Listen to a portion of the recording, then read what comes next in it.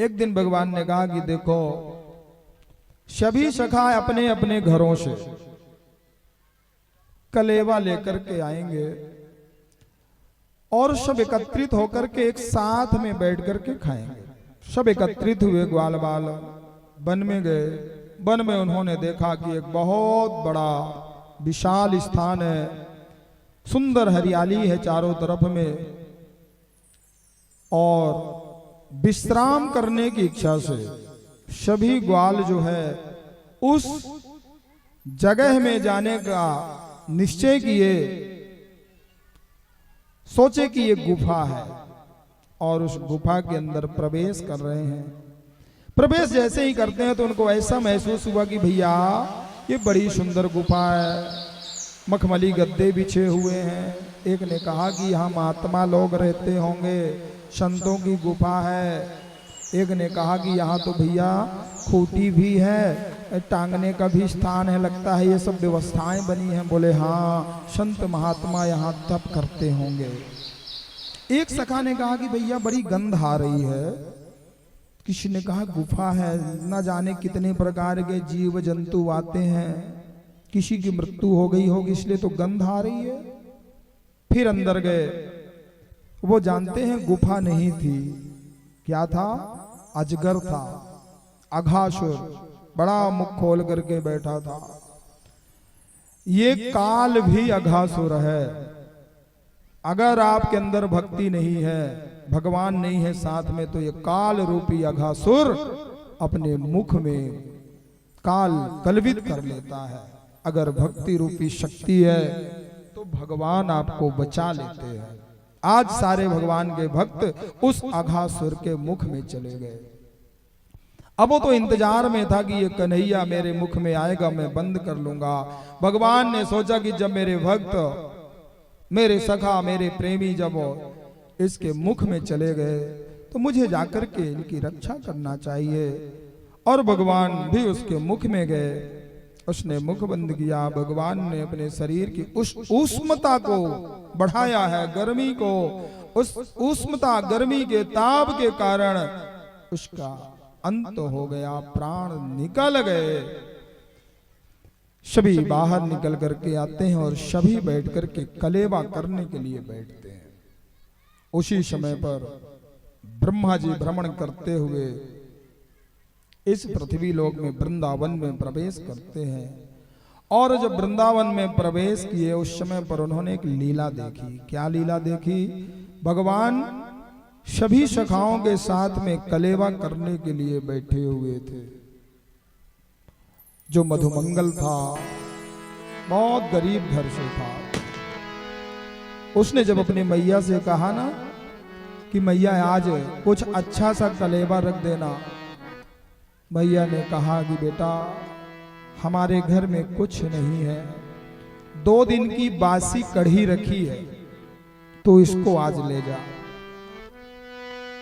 तो बेचारा उन सब सखाओं के बीच से उठ करके किनारे में जाकर के एक वृक्ष के नीचे बैठ गया कि सबके बीच में खाऊंगा, मेरी हंसी होगी, सब लोग अच्छा अच्छा कलेवा लेकर के आए होंगे और आज मैं ये 2 दिन की बासी कढ़ी लेकर के आया हूं।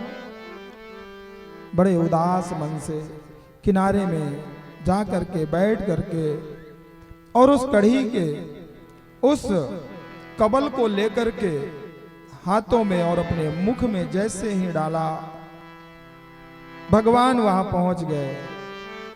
क्यों मधुमंगल, इतनी सुंदर स्वादिष्ट कढ़ी अकेले ही खा जाएगा तू? और वो आधी कढ़ी आधे मुख में लेके गया था, उसी के हाथ को भगवान छुड़ा करके उसी के हाथों से और अपने मुख में डाल लिया। ब्रह्मा तो आंखें फाड़ करके देखने लग गए कि भैया ये ब्रह्म है कि कोई और है। अभी इसकी स्तुति करने गए थे कारागार में, ये चतुर्भुज रूप में प्रकट हुआ था, कहीं कोई दूसरा रूप तो बदल करके नहीं आ गया कोई? ये भगवान तो नहीं हो सकता, ये तो ग्वालों का जूठा खा रहा है, ये कैसा भगवान है? ब्रह्मा तुरंत वहां से गए और जो गौएं थी उन गौओं को, बछड़ों को शव को जो है वो हरण करके ब्रह्मा जी ले गए और ब्रह्मलोक में ले जाकर के छुपा दिया। सभी सखा जब उठ करके खोजने के लिए गए तो उन्हें कहीं भी गाय बछड़े दिखाई नहीं दिए, भटकने लगे। ब्रह्मा जी ने गौ बछड़ों को भी चुरा करके बंद कर दिया। भगवान अकेले बचे।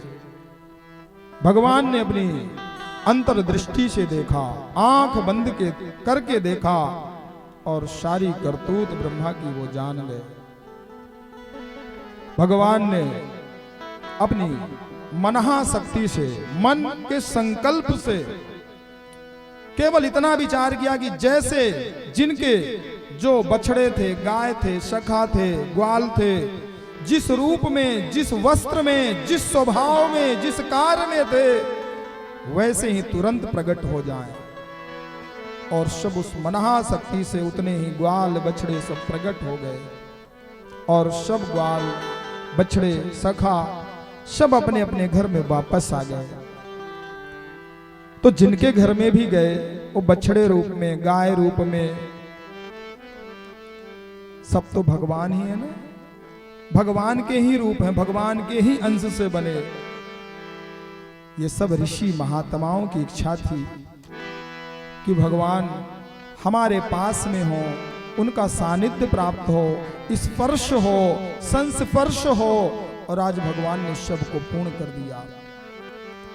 1 वर्ष के बाद ब्रह्मा जी जब फिर लौट करके देखने के लिए आए तो देखे कि भैया यहां तो वही ग्वाल, वही सखा, वही बछड़े, वही गाय, सब ये क्या लीला है। कहीं मेरे आने के समय पर तो कहीं कोई चुरा के तो नहीं लाया। तुरंत दौड़ते गए और देखे कि वो तो सब वहीं बंद है। तो ये कौन है? सबको फोटो मिला करके देखे कि भैया जो नीचे है वो ऊपर है, ऊपर है जो नीचे है, सब एक ही जैसे। ये क्या लीला है? किसी में सामर्थ्य नहीं है। विधाता तो मैं हूं, बनाने वाला तो मैं हूं, कोई दूसरा तो बना ही नहीं सकता है। फिर ऊपर, फिर नीचे, फिर ऊपर, फिर नीचे। थक गए भैया, ये तो सब असली नीचे भी है, असली ऊपर भी है। इस बार ब्रह्मा जी ऊपर गए, देख करके आए अब नीचे जाऊं। तो जो भगवान थे वो ब्रह्मलोक पहुंच गए ब्रह्मा बन करके, और पहरेदारों से कहा कि सावधान हो जाना, मैं अभी अभी देख रहा हूं कि मेरे जैसा कोई बहरूपिया जो है सिर लगा करके 4 शिरों का ब्रह्मा बन करके भ्रमण कर रहा है। अंदर में विश्राम करने जा रहा हूं, आने न पाए। जी महाराज। अब वो अंदर जाके भगवान बैठ गए और जब असली वाले ब्रह्मा नीचे से ऊपर गए ब्रह्मलोक तो पहरेदारों ने रोक दिया कि रुको, कहां से आए हो? बोले हम तुम्हारे मालिक ब्रह्मा हैं। अरे बोले हमारे ब्रह्मा तो अंदर पहले से बैठे हुए हैं, तुम नकली ब्रह्मा हो। ब्रह्मा भी चकित हो गए कि भैया कोई परब्रह्म, मेरे से भी बड़ा कोई ब्रह्मा आ गया लगता है। उन्होंने भी मन ही मन जब ध्यान लगा करके देखा तो अंदर वही चतुर्भुज रूप में भगवान दिखाई दिए। मन ही मन प्रणाम किए कि मुझे क्षमा कर दो, बहुत बड़ी गलती हो गई। और जब उनके दर्शन करने के लिए आगे बढ़े ना तो भगवान फिर नीचे आ गए। ब्रह्मा जी आकर के उनकी स्तुति करते हैं। 40 श्लोकों में उन्होंने स्तुति किया है भगवान की, और भगवान ने ब्रह्मा के उस मोह को दूर किया है। ब्रह्मा कहते हैं अहो भाग्यम, अहो भाग्यम, नंद गोप व्रजोकसाम, यनमित्रं परमानंदम, पूर्ण ब्रह्म सनातनम। धन्य ये सखा मित्र जिनके साथ में भगवान लीला करते हैं। मैं ब्रह्म हूं लेकिन आप तो पर ब्रह्म हो, जो मुझे भी आपने बनाया है, आपको मैं प्रणाम करता हूं। इस प्रकार से उन्होंने प्रणाम किया है। ब्रह्मा जी का मोह दूर हुआ।